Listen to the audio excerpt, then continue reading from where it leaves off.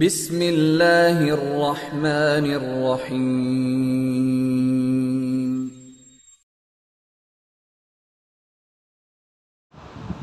دوستو بزرگوں، جس دور میں ہم زندگی گزار رہے ہیں یہ دور آزمائشوں سے بھرا ہوا ہے، دشواریوں سے، مشکلوں سے بھرا ہوا دور ہے، اور ہم جانتے ہیں کہ اللہ تعالیٰ نے ہم سب کو یعنی امت مسلمہ کو افضل امت بنایا ہے، بہترین امت بنایا ہے، اور ہم جانتے ہیں کہ اللہ تعالیٰ نے انسان کو اشرف المخلوقات بنایا ہے۔ جتنی بھی مخلوق اللہ تعالیٰ نے پیدا کی ہیں ان سب میں سب سے بہترین اور افضل اور اشرف مخلوق وہ انسان ہے، اور انسانوں میں سب سے بہترین انسان وہ ہے جو امت مسلمہ سے تعلق رکھتا ہے، جو ایمان اور اسلام سے تعلق رکھتا ہے۔ سوال یہ ہے کہ پھر یہ مسلمان پریشان کیوں؟ افضل کو، اشرف کو، مقدس کو، محترم کو مرتبہ دیا جاتا ہے، عہدہ دیا جاتا ہے، کرسی پر بٹھایا جاتا ہے، عزتوں سے نوازا جاتا ہے، یہ مسلمان پریشان کیوں ہے جب افضل ہے، اشرف ہے، اس کے باوجود اتنے سارے حالات میں گھرا ہوا ہے؟ قرآن کریم اس کو بیان کرتا ہے کہ افضل تو تم ہی ہو، بہترین تو تم ہی ہو، بہترین امت، اس کو بیان کرتا ہے قرآن کریم۔ لیکن بہترین ہونے کی جو صفات اللہ تعالیٰ قرآن کریم میں بیان کرتا ہے وہ بہترین صفات مسلمانوں میں ہے نہیں۔ بارہا اس بات کو سمجھانے کی کوشش کی ہے کہ جن صفات کی وجہ سے نوازا جاتا ہے اگر وہ صفات انسان کے اندر نہیں ہو تو وہ عہدہ، وہ کرسی، وہ منصب، وہ اقتدار چھین لیا جاتا ہے۔ اللہ تعالیٰ نے بہترین امت کا خطاب اس امت کو دیا ہے، اشرف المخلوقات کا خطاب اس انسان کو دیا ہے، لیکن وہ انسانیت والی صفات اور وہ بہترین امت والی صفات آج کے اس دور میں مسلمانوں سے چھین لی گئی ہے، یا مسلمانوں نے اپنی غفلت کی وجہ سے ان صفات کو کھو دیا ہے۔ بہت ہی مشہور اور معروف آیت قرآن کریم کی جو ہم سنتے بھی ہیں، سناتے بھی ہیں، کنتم خیر امت اخرجت للناس، تم بہترین امت ہو، اور بہترین ہونے کی وجہ کیا بتائی؟ اخرجت للناس، اس لیے کہ تم لوگوں کو فائدہ پہنچانے کے لیے برپا کی گئی، تمہیں نکالا اس لیے گیا ہے کہ تم لوگوں کو فائدہ پہنچاؤ، لوگوں کی نفع رسانی کے لیے تمہیں بھیجا گیا ہے۔ تو ذرا غور کریں کہ ہم کتنے ہیں، یا ہم میں سے کتنے لوگ ہیں جو لوگوں کو فائدہ پہنچاتے ہیں؟ ہر انسان اپنے گریبان میں جھانکے، غور کرے، تفقد کرے، جائزہ لے اپنا کہ میں دوسروں کو کتنا فائدہ پہنچاتا ہوں۔ تو نتیجہ صفر، حاصل کچھ بھی نہیں۔ تو ظاہر سی بات ہے جب میری ذات سے کسی کو فائدہ نہیں پہنچے گا تو میں بہترین کیسے ہو سکتا ہوں؟ بہترین وہ جو اپنی ذات سے دوسروں کو فائدہ پہنچائے۔ پیارے نبی صلی اللہ علیہ وسلم نے ایک حدیث کے اندر صاف لفظوں میں بتا دیا، من سلم المسلمون من لسانہ و یدہ، مسلمان وہ ہے جس کے ہاتھ سے، جس کی زبان سے دوسرے مسلمان محفوظ رہیں۔ اور محدثین نے تشریح کرتے ہوئے بیان کیا کہ یہ اس موقع پر بیان کیا ہے جہاں پر مسلمانوں کا مجمع تھا، اور یہ بات مسلمانوں کے ساتھ خاص نہیں ہے۔ محدثین بیان کرتے ہیں کہ لفظ عمومیت کا ہے، من لسانہ و یدہ،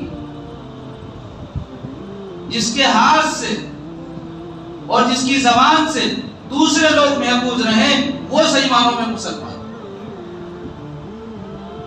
تو آج کا المیہ یہ ہے کہ بھائی بھائی کے ہاتھ سے اور زبان سے محفوظ نہیں ہے، ماں بیٹی کی زبان سے محفوظ نہیں ہے، بیٹی ماں کی زبان سے محفوظ نہیں ہے، آپس میں خانہ جنگی کا ماحول ہے، انتشار اور افتراق کا ماحول ہے، لڑائی جھگڑے عام ہیں، فتنے فساد عام ہیں، آپس کی خون ریزی اور خانہ جنگی عام ہے، تو ہم ایک دوسرے کو نہ ہاتھ سے فائدہ پہنچا رہے ہیں نہ زبان سے فائدہ پہنچا رہے ہیں، جبکہ اللہ نے فائدہ پہنچانے کے لیے بھیجا ہے۔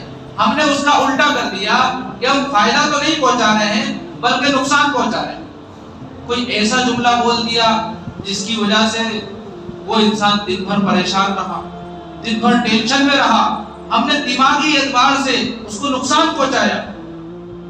اللہ تعالیٰ انسانوں کے یا حقوق العباد کے جو حق ہیں وہ معاف نہیں کرے گا، یہاں تک کہ ایک سینگ والی بکری نے بغیر سینگ والی بکری کو مارا ہے تو اللہ حشر کے میدان میں اس بغیر سینگ والی بکری کو سینگ عطا فرمائے گا اور اس سے کہے گا کہ اس سے اپنا بدلہ لے لے، اور وہ اپنا بدلہ لے لے گی، اس کے بعد ان کا فیصلہ ہوگا۔ تو یہ تو جانوروں کا معاملہ ہے، تو پھر انسان کیسے چھوڑ دیے جائیں گے؟ انسانوں سے تو بدرجہ اولا جو ہے اس کا حساب لیا جائے گا۔ جب تک انسان ایک دوسرے کو معاف نہیں کر دیتے اللہ بھی معاف نہیں کرتا ہے۔ کتنا بڑا خطرناک قانون ہے یہ قانون، اور یہ پالیسی اسلام کے علاوہ کسی اور مذہب میں نہیں پائی جاتی۔ اس کی حقیقت تک پہنچنے کے لیے تھوڑی محنت کرنا پڑے گی۔ سادہ الفاظ میں یہ کہہ سکتے ہیں کہ اللہ تعالیٰ سے جو حقوق وابستہ ہیں انسان کے، نماز کا ہو، زکوٰۃ کا ہو، روزے کا ہو یا کسی بھی حکم کا ہو، ان کو اللہ معاف کر دے گا، شرک کو معاف نہیں کرے گا۔ شرک کے علاوہ اللہ ہر گناہ کو معاف کر دے گا، کچھ کمی کوتاہی رہی درگزر کر دے گا اللہ، لیکن حقوق العباد کو اللہ معاف نہیں کرے گا جب تک کہ بندہ معاف نہیں کرتا۔ وجہ اس کی یہ ہے کہ عبادت کا جو اصل معیار ہے، عبادت کی جو سطح ہے، وہاں تک کوئی انسان پہنچ ہی نہیں سکتا۔ اس لیے کسی بھی انسان کو اپنی عبادت پر مطمئن نہیں ہونا چاہیے اور خوب سے خوب تر کی تلاش میں اپنی عبادتوں کو اچھے سے اچھا بنانے کی کوشش کرتے رہنا چاہیے۔ لیکن حقوق العباد کا جہاں تک تعلق ہے وہاں تک ہر انسان کی رسائی ہو سکتی ہے۔ ایک جسم اللہ نے آپ کو بھی دیا ہے، مجھے بھی دیا ہے، سب کو دیا ہے۔ اگر آپ کو سوئی چبائی جائے تو جتنی تکلیف آپ کو ہوگی اتنی مجھے بھی ہوگی۔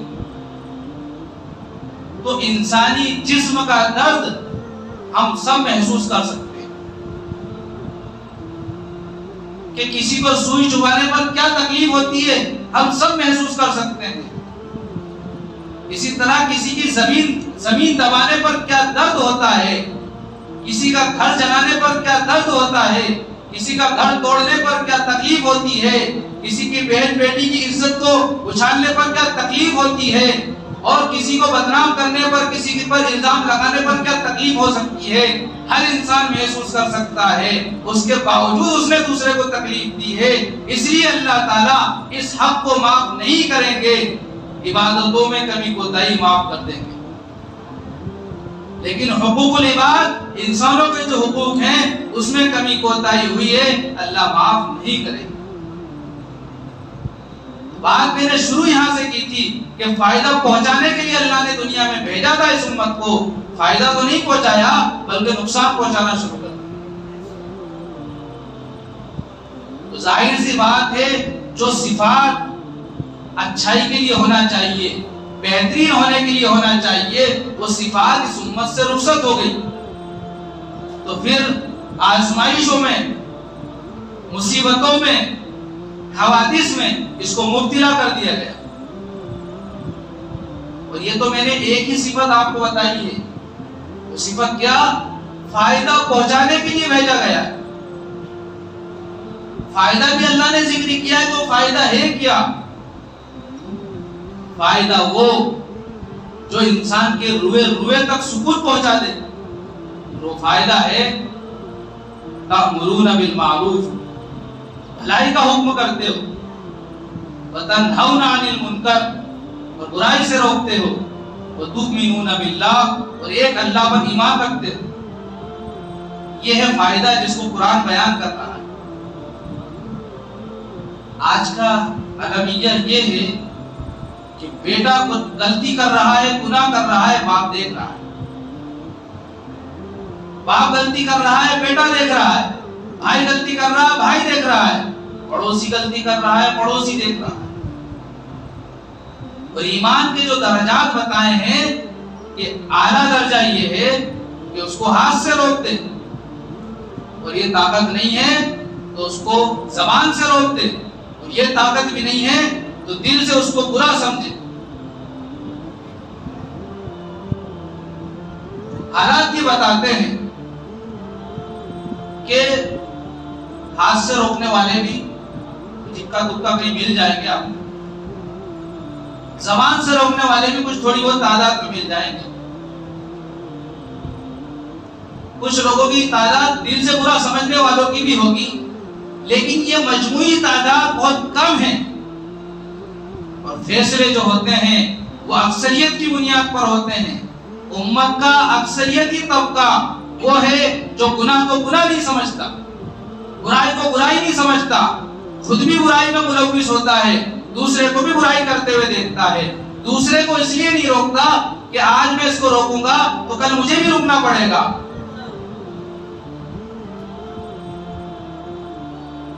اس لیے اس کو بھی برائی کرنے دو تاکہ مجھے بھی برائی کرنے سے کوئی نہ روکے.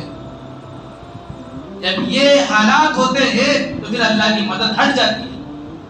تو بھلائی کا حکم کرنا، اور حکم کون کرتا ہے؟ حکم وہ کرتا ہے جس کے پاس عہدہ ہوتا ہے، جس کے پاس پاور ہوتا ہے. باپ کے پاس پاور ہے کہ وہ اپنی اولاد کو حکم کر سکتا ہے، نہیں کر رہا.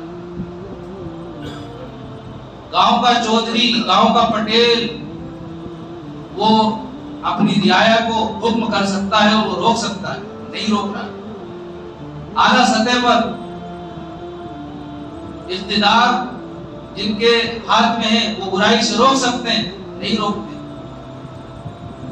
تو اعلیٰ تک نہ جاتے ہوئے ہر انسان یہ دیکھے کہ مجھے جو ذمہ داری ملی ہے، مجھے جو پاور ملا ہے، میں اس کا صحیح استعمال کر رہا ہوں. ظالم بادشاہ کے تسلط کی جو بات کہی گئی ہے حدیث کے اندر، وہ اسی لیے ہے کہ جب تم اپنا اختیار صحیح نہیں اپناؤ گے تو پھر اللہ ظالم بادشاہ مسلط کرے گا. تمہیں اختیار تھا کہ اپنی اولاد کی صحیح تربیت کر سکتے تھے، اس کو گناہوں سے روک سکتے تھے، اس کو صحیح راستے پر لا سکتے تھے. اس کو نہیں کیا تم نے تو پھر اللہ تعالیٰ نے ظالم بادشاہ مسلط کر دیا. اور یہ ایک پہلو نہیں، ہر پہلو پر یہی بات کہی جائے گی. انسان اپنی کمی کو نہیں دیکھتا بلکہ وہ کمیاں دیکھتا ہے جو حکومتی سطح پر ہو رہی ہیں. انسان ذرا اپنے گریبان میں تو جھانکے، ذرا اپنی تو خبر لے کے میں کہاں تک ہوں. تو آج برائیاں ہو رہی ہیں، نہ برائی سے روکا جا رہا ہے، نہ اچھائی کا حکم دیا جا رہا ہے. اور رہا سوال اللہ پر ایمان رکھنے کا، تو صرف زبانی ایک قول ہے جو ہم کہتے ہیں کہ ہم اللہ کو مانتے ہیں لیکن اللہ کی نہیں مانتے ہیں. اللہ نے حکم دیا 5 ٹائم نماز پڑھو، نہیں پڑھتے ہیں. زکوٰۃ کا حکم دیا ہے، زکوٰۃ نہیں دیتے، اور اگر دیتے ہیں تو گیہوں کی دیتے، مسور کی زکوٰۃ نہیں دیتے، چنے کی زکوٰۃ نہیں دیتے. جتنی بھی پیداوار ہوتی ہیں سب کی زکوٰۃ دینا فرض ہے. بہت سارے لوگ نہیں دیتے، دینے والے لوگ بھی ہیں الحمدللہ، لیکن اکثریتی طبقہ وہ ہے جو نہیں دیتا، جو زکوٰۃ نہیں دیتا. روزہ رمضان کا مہینہ آتا ہے، اچھے طاقتور صحت مند لوگ روزہ نہیں رکھتے، ذرا ذرا سے بہانوں پر روزہ چھوڑ دیتے. روزہ فرض ہے نہیں رکھتے، زکوٰۃ فرض ہے نہیں دیتے، نماز فرض ہے نہیں پڑھتے، ایمان کا سیکھنا فرض ہے نہیں سیکھتے. اگر مال دیا ہے تو حج کرنا فرض ہے لیکن نہیں کرتے حج. تو پھر جو اچھائی والی صفات تھی ان میں سے کوئی صفت ہمارے اندر نہیں پائی جا رہی ہے. ظاہر سی بات ہے پھر حالات تو آئیں گے, آزمائشیں تو آئیں گی, پریشانیاں تو آئیں گی. یہ ایک پہلو تھا جس کی وجہ سے آج امت زوال کا شکار ہے, حالات کا شکار ہے, آزمائشوں کا شکار ہے. اس کا دوسرا پہلو بھی ہے جس کو بتانے کا وقت میرے پاس اس وقت نہیں ہے. تو ضرورت ہے اس بات کی کہ اللہ تعالیٰ نے جو عہدہ, جو ذمہ داری, جو پاور مجھے دیا ہے میں اس کا صحیح استعمال کروں. باپ اپنی اولاد کی صحیح تربیت کرے, ان کو صحیح راستے پر لانے کی فکر کرے, اور ہر بڑا اپنے ماتحت کا جو ہے اس بات کا خیال رکھے کہ وہ اللہ کی نافرمانی تو نہیں کر رہے ہیں, اگر کر رہے ہیں تو ان کو صحیح راستے پر لانے کی فکر کرے. اگر ہر انسان اپنے پاور کا, اپنی ذمہ داری کا, اپنے اختیار کا صحیح استعمال کرے گا تو پھر اللہ تعالیٰ وہ کرے گا جو اللہ کے اختیار ہے. ہم اپنا اختیار صحیح کریں, اپنے اختیار کا صحیح استعمال کریں تو پھر اللہ اپنے اختیار کا کام کرے گا. ایک واقعہ سنا ہوگا آپ نے, بہت مختصر الفاظ میں سنا دیتا ہوں کہ ایک بزرگ وہ تقریر کر رہے تھے کہ یہ غریب آدمی ہے, اس لیے کہ ان کی خانقاہ میں غریب لوگ بھی آتے تھے, اور اس غریب کو 4 درہم کی ضرورت تھی. کہہ رہے تھے کہ کوئی اس غریب کو 4 درہم دے دے گا تو اس کے لیے 4 دعائیں کروں گا. نام ہے ان کا حضرت عمار رحمت اللہ علیہ. بادشاہ کا ایک وزیر جا رہا تھا 4 درہم لے کے بازار سے ناشتہ پانی خریدنے کے لیے, اس لیے کہ محل میں شباب اور کباب کا دور چل رہا تھا. اس وزیر نے سنا کہ حضرت عمار رحمت اللہ علیہ یہ کہہ رہے ہیں 4 درہم دو, 4 دعائیں کرو. اللہ کو جب کسی کو ہدایت دینا ہوتی ہے تو اس کے لیے راستے کھول دیتا ہے. وہ گیا, کہا کہ حضرت یہ 4 درہم ہے, لے لیجیے اور 4 دعائیں کر دیجیے. کہا ٹھیک ہے, بتاؤ کیا کیا دعا کرتا ہے. تو اس نے سب سے پہلے تو یہ کہا کہ جو 4 درہم ہیں ان کا بدل مجھے مل جائے. دعا کر دی. دوسری دعا کہ اللہ میرے بادشاہ کو ہدایت دے دے, یہ دعا بھی کر دی. تیسری دعا کہ اللہ مجھے بھی ہدایت دے دے. چوتھی دعا کہ میری اور میرے بادشاہ کی سب کی مغفرت کر دے. تو بادشاہ کے پاس بندہ پہنچا بہت دیر کے بعد, تو پوچھا کہ کیا معاملہ ہے, خالی ہاتھ آئے ہو اور اتنی دیر سے آئے ہو.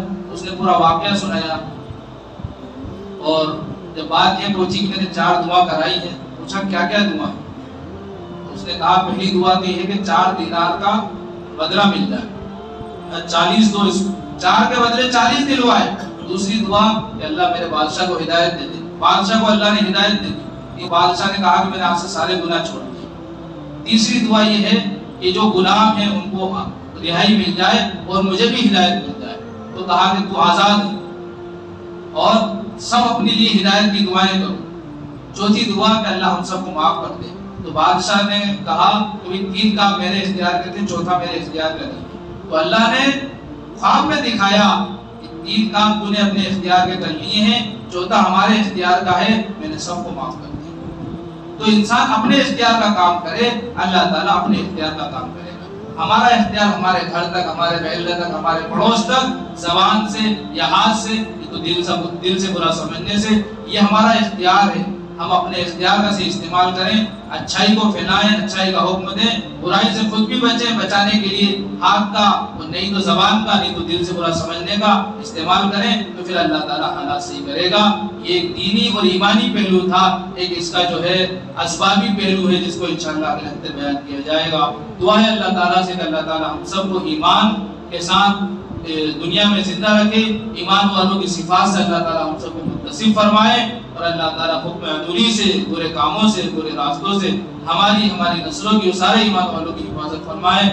جو حالات اس وقت دنیا میں چل رہے ہیں, ہمارے ملک میں چل رہے ہیں, اس سے اللہ تعالیٰ سارے ایمان والوں کی حفاظت فرمائے, تمام مظلوموں کی ہدایت فرمائے, حفاظت فرمائے. اور ظالموں کے مقدر میں اگر ہدایت لکھی ہے تو اللہ تعالیٰ ان کو ہدایت عطا فرمائے, نہیں تو ان کو خائب و خاسر فرمائے. اللہ تعالیٰ ان کو ذلیل و رسوا کرے دنیا میں بھی اور آخرت میں بھی. آمین. وآخر دعوانا